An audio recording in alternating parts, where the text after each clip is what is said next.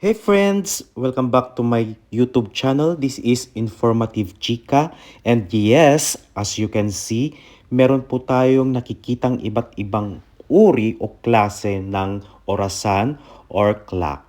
This is the collections of my boss. So, mahilig po siyang mangolek ng vintage collections.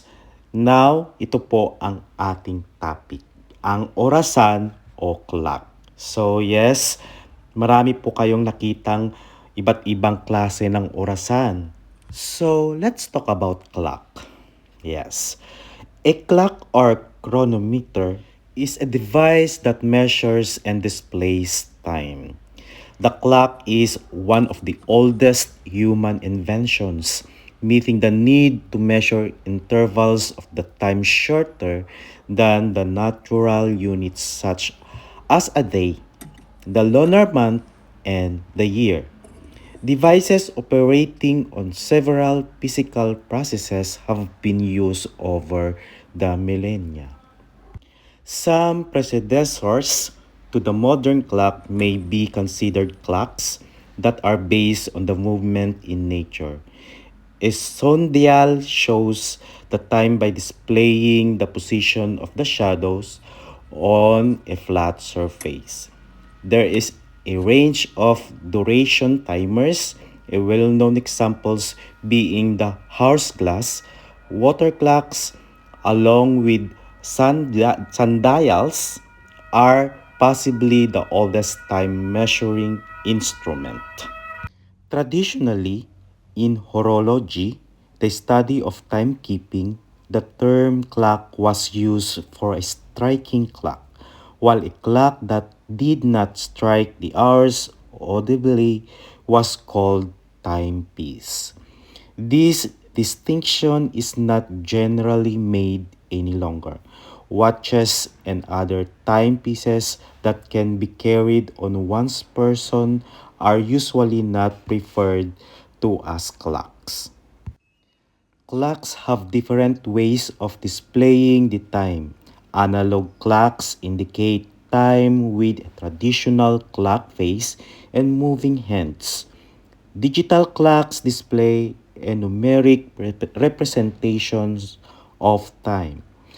Two numbering systems are in use: 12-hour time notation and 24-hour notation. Most digital clocks use electric mechanisms and LCD, LED, or VFD displays. For the blind and for use over telephones, speaking clocks state the time audibly in words. There are also clocks for the blind that have displays that can be read by touch. Spring-driven clocks appeared during the 15th century. During the 15th and 16th century, clockmaking flourished. The next development in accuracy occurred after 1656 with the invention of pendulum clock by Christian Huygens.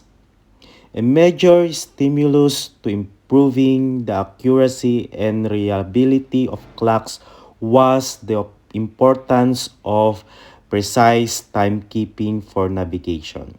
The mechanism of timepiece with a series of gears driven by a spring or weights is referred to as clockwork. The term is used by extension for a similar mechanism not used in a timepiece.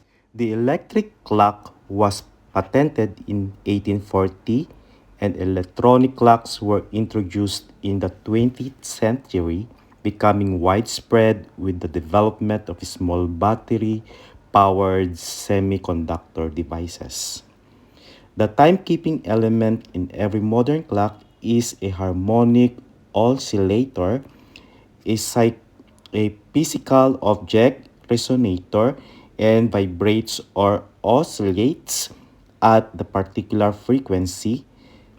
The object can be a pendulum, a balance wheel or tuning fork, a quartz crystal, or the vibration of electrons in atoms as they emit microwaves, the last of which is so precise that it served as a formal definition of the second. So ito lang mang po ang um, ibang information about itong ginagamit nating orasan, clock, or watches. So, salamat po guys for tuning in. Kita-kita po muli tayo sa aking mga susunod pang informative videos. So, this is Informative Chika. God bless us all. Goodbye!